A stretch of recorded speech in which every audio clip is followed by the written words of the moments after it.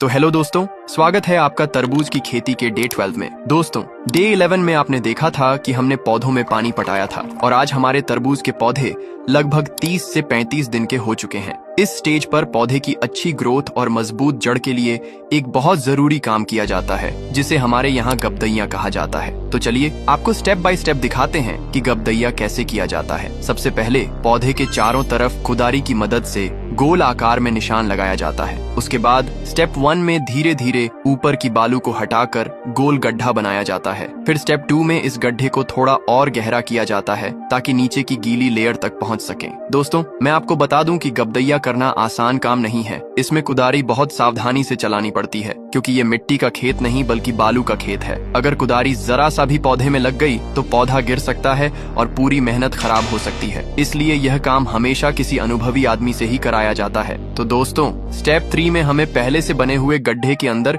एक बार और गड्ढा करना होता है। लेकिन ध्यान रखने वाली बात यह है कि यह गड्ढा पौधे के पूरे चारों तरफ नहीं बल्कि केवल आधे हिस्से में ही किया जाता है। जब पौधे के आधे हिस्से में अच्छे से गड्ढा हो जाता है, तब स्टेप 4 में हम उसी गड्ढे के अंदर और थोड़ा गहराई तक गड्ढा करते हैं। और दोस्तों, यही हमारा आखिरी गड्ढा करना होता है, क्योंकि इसके बाद हमें लेयर मिल जाती है। रुकिए दोस्तों, अगर आपको विश्वास नहीं हो रहा है तो मैं आपको गड्ढे के अंदर घुसकर दिखाते हैं कि पानी निकला है कि नहीं। ये देखिए दोस्तों, पानी निकल गया है। अब बारी है पौधे को ताकत देने की। इस गहरे गड्ढे में हम डालते हैं 1 टोकरी मुर्गी का गोबर और करीब 600 ग्राम DAP और यूरिया का मिश्रण, और फिर गड्ढे के ऊपर की बालू को बराबर करके 600 ग्राम खाद रखा जाता है। यानी हर पौधे को कुल 1 किलो 200 ग्राम खाद्य डाला जाता है। तो दोस्तों, अब ये अंकल गोबर और खाद को अच्छे से आपस में मिला देते हैं। मिलाने के बाद इस गोबर और खाद को 3 कुदारी गड्ढे के पास ऊपर रख दिया जाता है। इसके बाद अंकल गोबर और खाद को गड्ढे के चारों तरफ बराबर बराबर फैला देते हैं। फिर अंकल गड्ढे के अंदर उतरते हैं और सबसे पहले गोबर और खाद मिली हुई बालू को गड्ढे के नीचे डालते हैं। उसके बाद ऊपर से नॉर्मल बालू को काट कर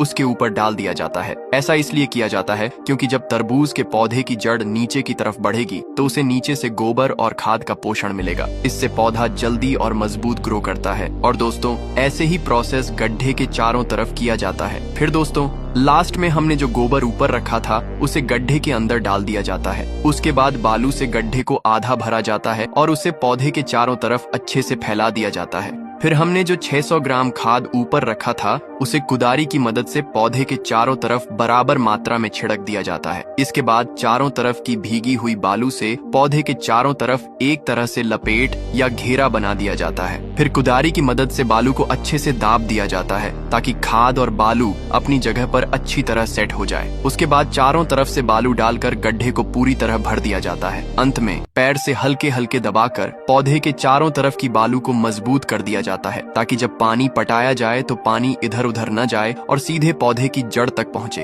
तो दोस्तों, इसी प्रक्रिया को हमारी भाषा में गबदैया कहा जाता है। आपके यहाँ इसे क्या कहा जाता है, कमेंट में जरूर बताइएगा। और अगर आपको यह वीडियो अच्छा लगा हो तो वीडियो को लाइक कीजिएगा और ऐसे ही खेती से जुड़े वीडियो देखने के लिए चैनल को फॉलो जरूर कीजिएगा। धन्यवाद।